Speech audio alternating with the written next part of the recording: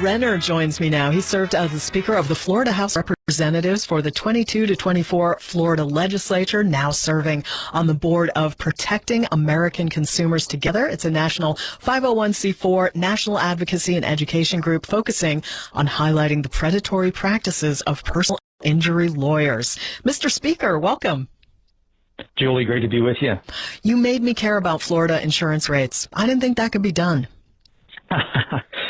It's not a very exciting topic, but when you're getting double-digit increases every year, you start to pay attention. Mm-hmm. And some of the underlying causes. And you took a look at some litigation. Can you tell us about it?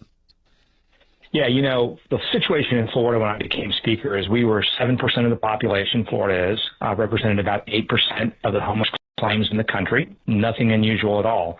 But the total number of claims that resulted in a lawsuit, we were 76% of all the litigated claims in the whole country. Wow. And so we clearly had a problem. And our market was collapsing.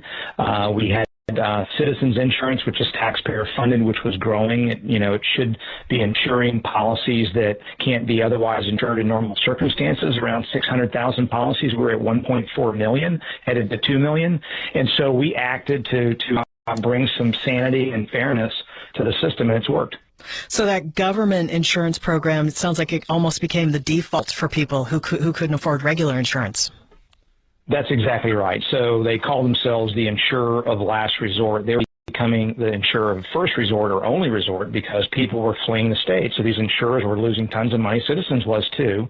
Everybody's rates were going up double digits, and the billboard lawyers kept getting rich. And how were they doing that? Were they just getting huge payouts in court? They're getting huge payouts. We had what's called one-way attorney's fees. Think of heads I win, tails you lose. And so even for settlements, you know, the threat of having, let's say it's a $50,000 claim, but you got a $200,000 fee claim standing behind that, insurers were just kind of forced at the end of a gun barrel to settle for much more than what was deserved.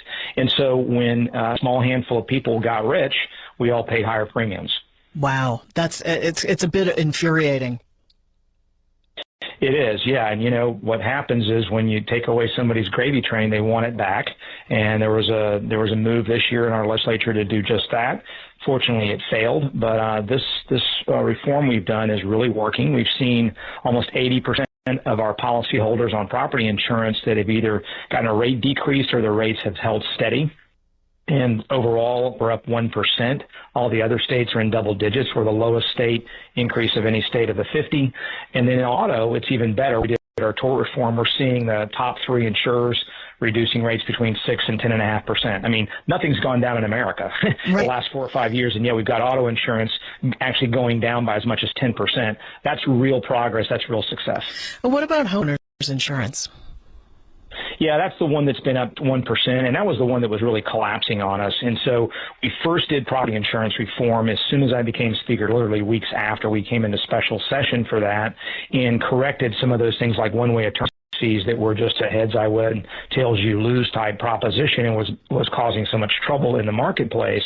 And then subsequent to that, we did major tort reform to make sure that a lot of these kind of frivolous lawsuits don't get teed up. And what happens is, you know, you got a claim that may be a garbage claim on liability, but it's easier just to write a check for $50,000 or $75,000 than to go to trial for $200,000 or $300,000. Mm-hmm. And so what was happening in the aggregate, it was building up, and we had one of the top three most expensive auto insurance rates in the country as well. And so we've seen the most progress there. One of those areas was on window glass claims. So you walk out of a grocery store and some guy's standing there by your broken windshield that wasn't broken when you went in, and he offers you a free windshield and a pair of steak knives. And so we had this cottage industry down here that was literally tens of thousands of cases, and those have all started to go away. And as a result, we've seen that major decrease. And the great news is we're not done yet, because a lot of the cases that are currently in the courts are under the old rules. As you know, you have 4 and 5 year statutes of limitations. And so a lot of the cases that were filed even after our reforms still were based on the incident date. And so they had the old rules. And so the kind of the Wild West rules were still in play. Once those cases kind of filter out of the system, we have everything under the new rules, we're going to see even greater benefits. So the good news for Floridians is there's more good news to come in the next year or two. And we're seeing this across the state where other states are taking this up and just look, let's be fair.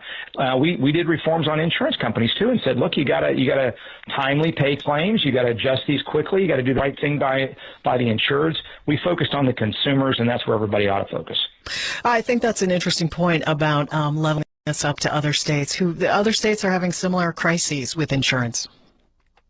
They are, and we did these big reforms, and everybody moved up to Georgia to file their lawsuits with Governor Kemp, and the Georgia legislature fixed that this year and corrected some of the abuses, things like ghost damages, where they have a doctor that charges you 3-4 times what you ever pay anybody else, and then they bring those records into court and try to extrapolate that out of 30 years into the future to get these phantom verdicts or phantom damages really that aren't grounded in reality. And so they fixed that in Georgia, and some other things on litigation finance where you have out of state, even out of country entities that are funding litigation as a basically, roll the dice and get a better return than they can get in the market.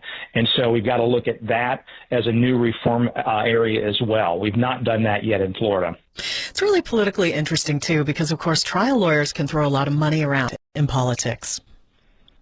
They do, and, I'll tell you that they're still pretty strong in the Republican Party in Florida, and so it was a happy coincidence of events with a speaker and a president and a governor and, leaders on both sides in the House and Senate that cared about this issue, knew we had to get something done, and we did it. But in the past, they've had at least one of those presiding officers just to say no and stop any meaningful reforms. And so, they do throw a lot of money around. They're very good at what they do. There's a reason why they get those big verdicts. They're persuasive. They got money, and they use it to make sure that they stop these kinds of reforms. And so we were fortunate to get as much done as we did in such a short amount of time. Paul Renner, a Republican, Speaker of the Florida House of Representatives for the 2022 to 24 Florida legislature, now on the board of Protecting American Consumers Together. Thank you for joining me. Thanks, Julie. Come back anytime.